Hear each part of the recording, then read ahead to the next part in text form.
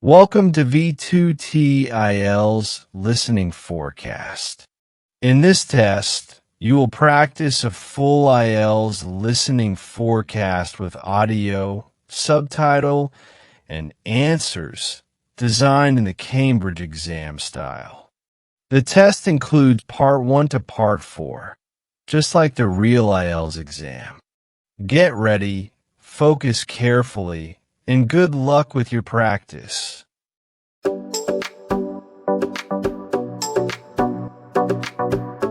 Now look at Part 1. Part 1. Listen to the news report about a robbery and then complete the notes from the detective's notebook. First, you have some time to look at questions 1 to 6.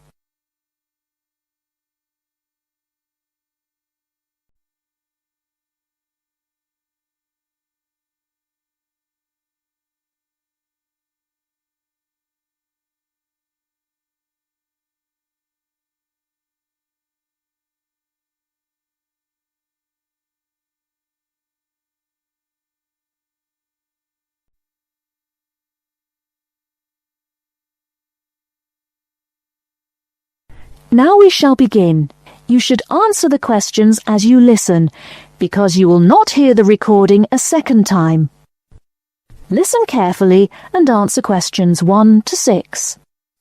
There has been an armed robbery this morning at the Halifax Building Society's branch in Edward Street. John Brinks is at the scene with Detective Sergeant Henry Lawson. Detective Sergeant, can you tell us what you know about the robbery?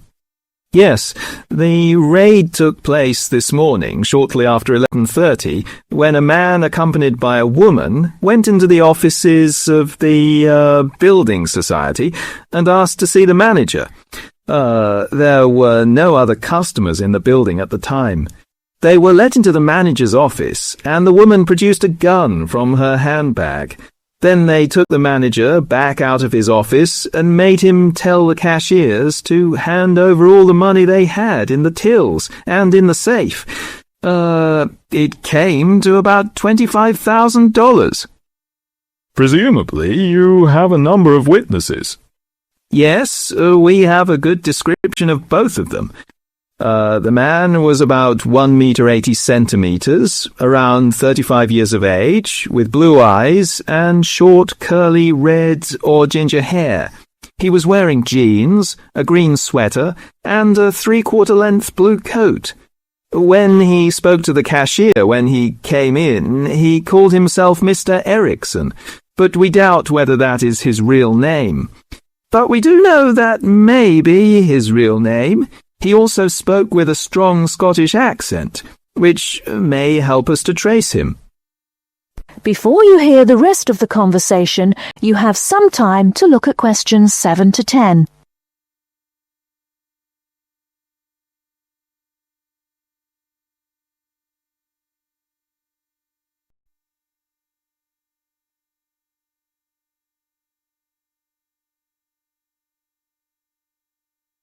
Now listen and answer questions 7 to 10.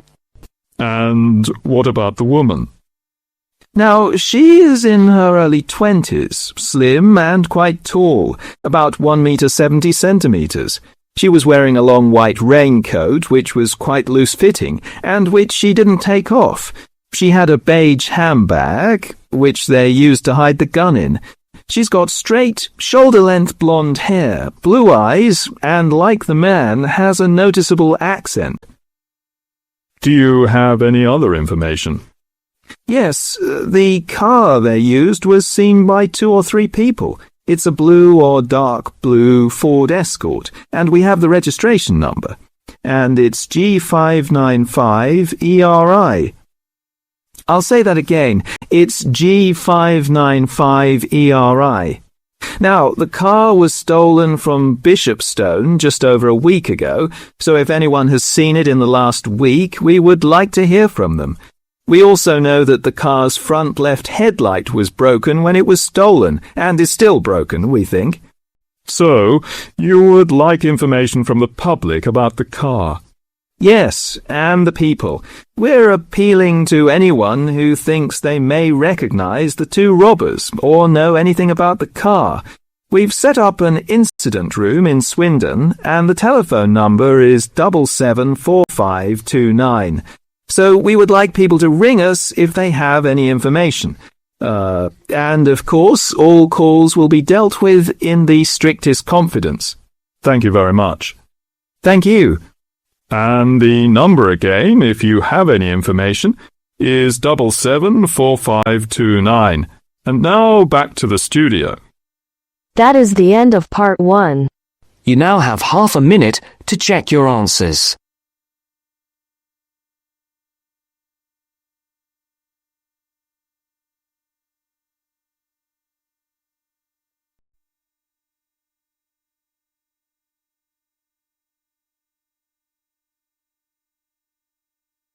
Now turns to part 2. Part 2. You have just arrived at the student hostel where you will live during the term. The manager is explaining the rules and another student is asking questions. First, you have some time to look at questions 11 to 16.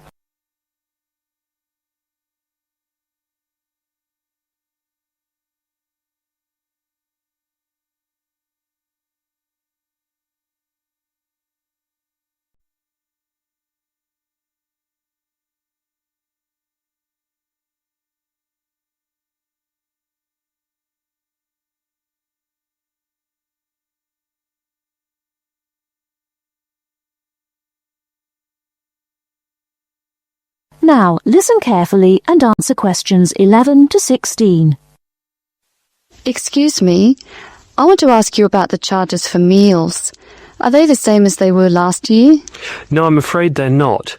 We've managed to keep most of them the same, but we've had to increase the charge for breakfast.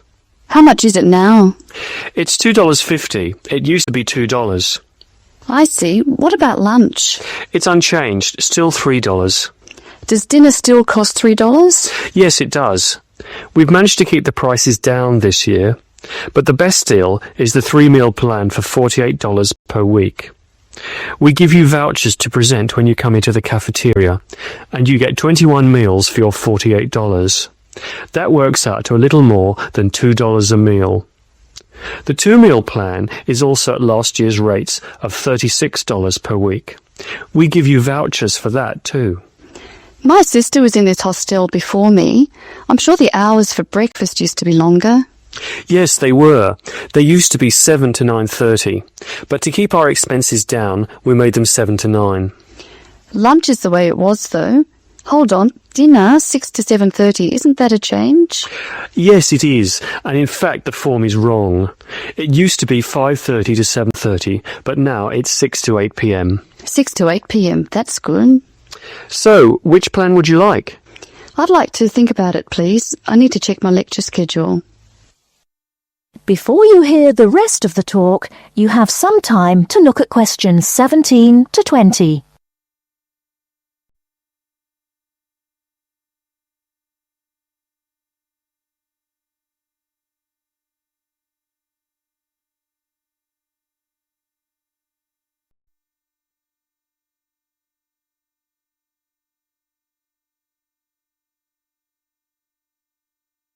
Now listen and answer questions 17 to 20. Can you tell me how to get to my room, please? Of course. You're in the new wing, which is very freshly painted and pleasant. But I'm afraid you're going to have to go to a couple of other offices before you can have the key. You're in the admissions office now. Leave this office and turn right and go to the end of the hall. The last office is the fees office, where you can pay the balance of your room deposit. They'll give you a receipt. Okay. After you've been to the fees office, come back past admissions. You'll see a very large room at the northwestern corner of the building. You can't miss it. That's the student lounge, and if you go in there, you can meet some of the other students and see who'll have a room near you. That's good. Can I get a cup of coffee there? Yes, there's a vending machine in the corner. Then go to the key room, which is opposite the lift and next to the library. Show them your receipt, and you can pick up your key there. My luggage was sent on ahead. Do you know where I should collect it? The box room is next to the women's toilet. You'll have to get the key from the key room. Thank you. That is the end of part 2. You now have half a minute to check your answers.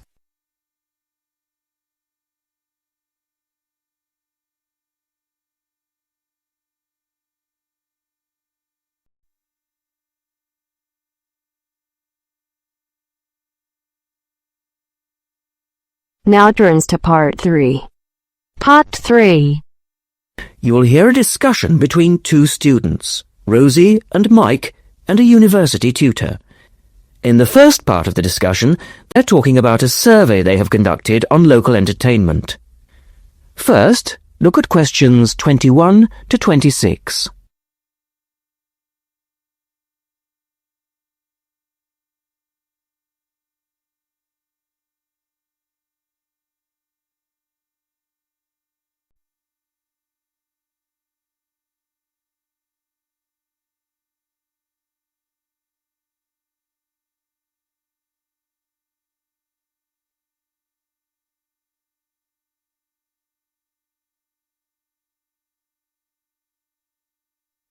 Now listen to the first part of the discussion and answer questions 21 to 26.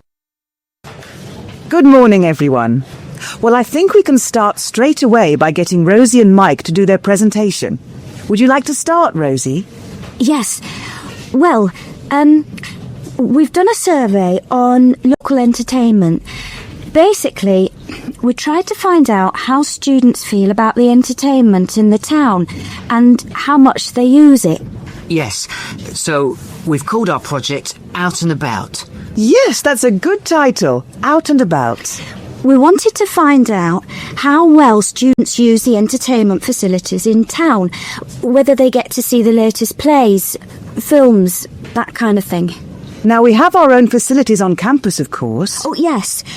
We deliberately omitted those as we really wanted to examine outside entertainment in the town as opposed to on the university campus. Actually, there were a lot of areas to choose from, but in the end, we limited ourselves to looking at 3 general categories: cinema, theatre and music. Right.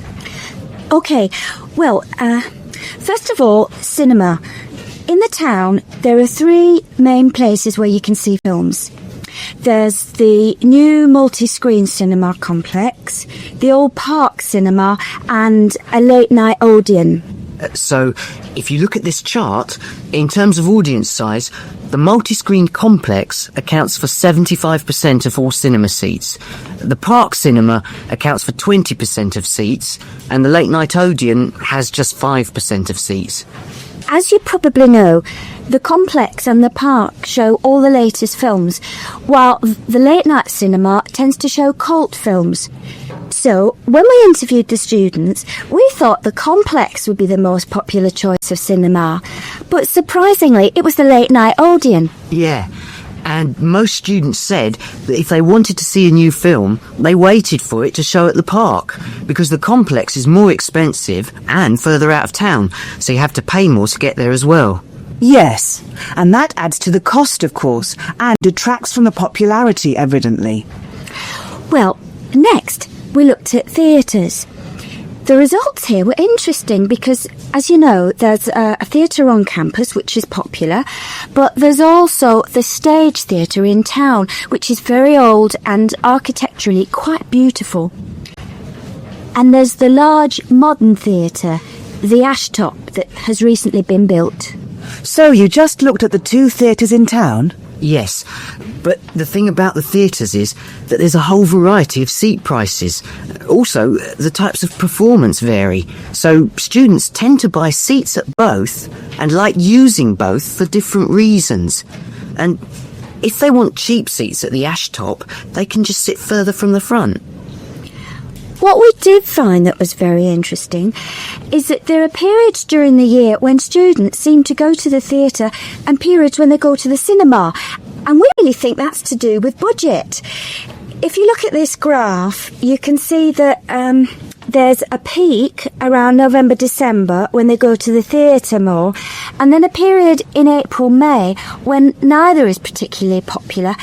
And then theatre viewing seems to trail off virtually, while the cinema becomes quite popular in June, July. I think you're probably right about your conclusions. In the second part of the discussion, Rosie and Mike talk about different music clubs. Look at questions 27 to 30 first.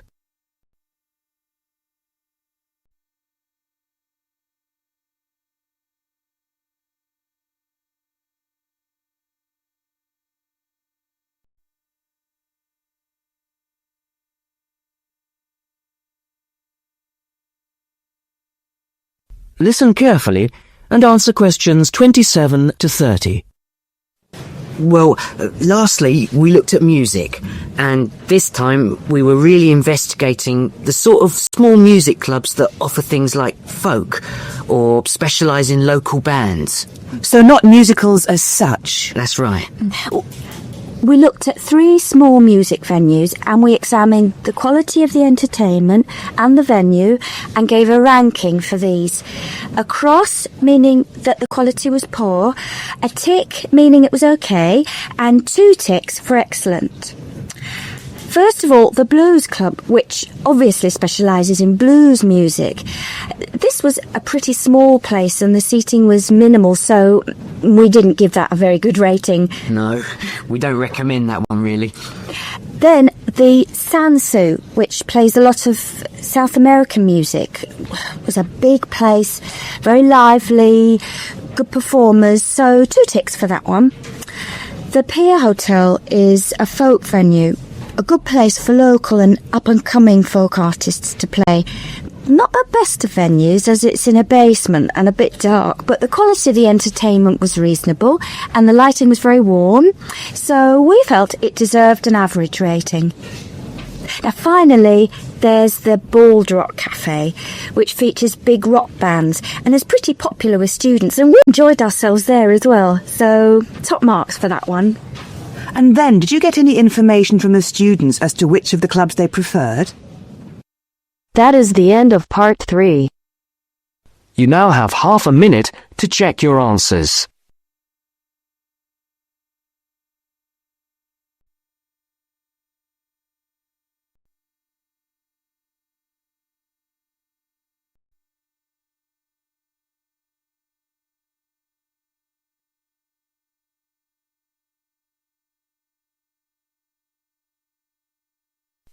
Now turns to part 4.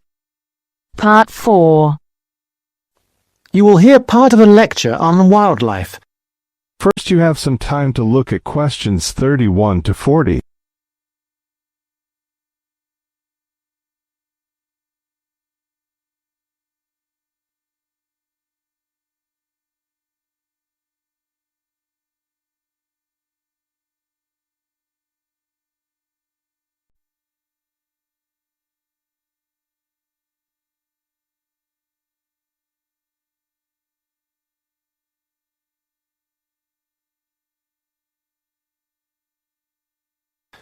Listen carefully and answer questions 31 to 40. Thousands of exotic plants and animals have been introduced into the British Isles over thousands of years. These newcomers compete with native species for resources and can also cause major changes in the wildlife and in the habitats of our countryside. The problem is not just British, of course, but global, and it has been going on for centuries. One good example of this I'd like to mention today is the European starling. The starling to us in the UK is a fairly ordinary little bird, about 12 inches long. In flight, it appears to be black or grey with tiny white spots. So it's a very ordinary-looking, almost dirty-looking bird. It nests in trees and buildings and can be found in the country and in towns. It travels in large flocks, leaving the nests in the morning and returning in the early evening. It feeds on insects and fruit. Its native range includes the British Isles and Finland, but it is also found in most of Europe and parts of Asia and Africa. In the British Isles and Finland, however, it has suffered a huge decline, and in these countries there is an effort to conserve the species. It is a different story in some of the places where it has been introduced. For example, the population in the USA is estimated at 170 million birds. Also, they are becoming a big problem in Australia and New Zealand.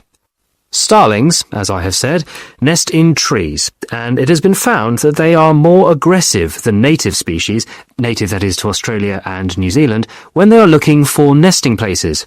They therefore compete with native species for nests, and also they drive those species away from nests. So, this nest-building activity causes harm to native species, but also they are a nuisance to humans. They gather in large flocks of thousands of birds and feed together on commercial crops. This causes great financial damage to farmers. And they also make a mess, both in the town and the countryside. There is also the problem that starlings may carry diseases which affect both humans and other animals, although this has not been really confirmed, and we are waiting for more work to be done on this. The question arises, what are we to do about foreign species which not only do damage to native species, but interfere with human activity? We have three approaches in theory, but usually it is not a free choice between them. Usually we have to do the best we can, and that money will allow. The best approach, of course, is prevention, and many countries have passed legislation which attempts to limit or prevent the arrival of non-native species in their countries. In particular, there are many international regulations on how and where ships may pick up and deposit water, and this is a major contribution to preventing the accidental transport of fish and organisms by ship, since accidental transport by ship is a frequent cause of fish and other creatures going from place to place. Ports also have special areas where water can be deposited, and many of them have treatment facilities to kill any foreign species that may establish themselves in their waters. For fish and organisms that live in water, these international regulations are useful, but obviously not all species can be dealt with in this way. Sometimes it is simply too late for prevention. Then we have to consider eradication or management. By management, I mean that we have to decide how best to live with the new creatures and how to keep their numbers down. However, this becomes not only a scientific question, it can be a matter of choice what population level of an invasive species we want to maintain. This choice involves costs. There is the cost of living with the species, and there is the cost of managing the species over time, and species management is usually a long-term business without any foreseeable end. However, there is not just the economic aspect to this question. We can also consider the ethical point. How should we treat animals which we have, sometimes deliberately, introduced into the environment? Is it permissible just to exterminate a number of them convenient to ourselves?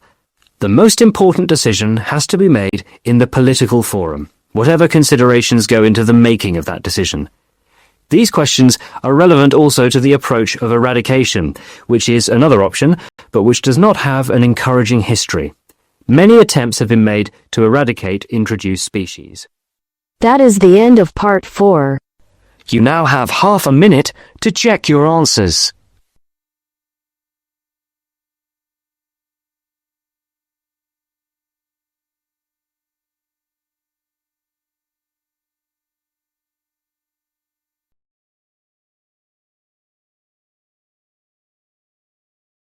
That is the end of the listening section.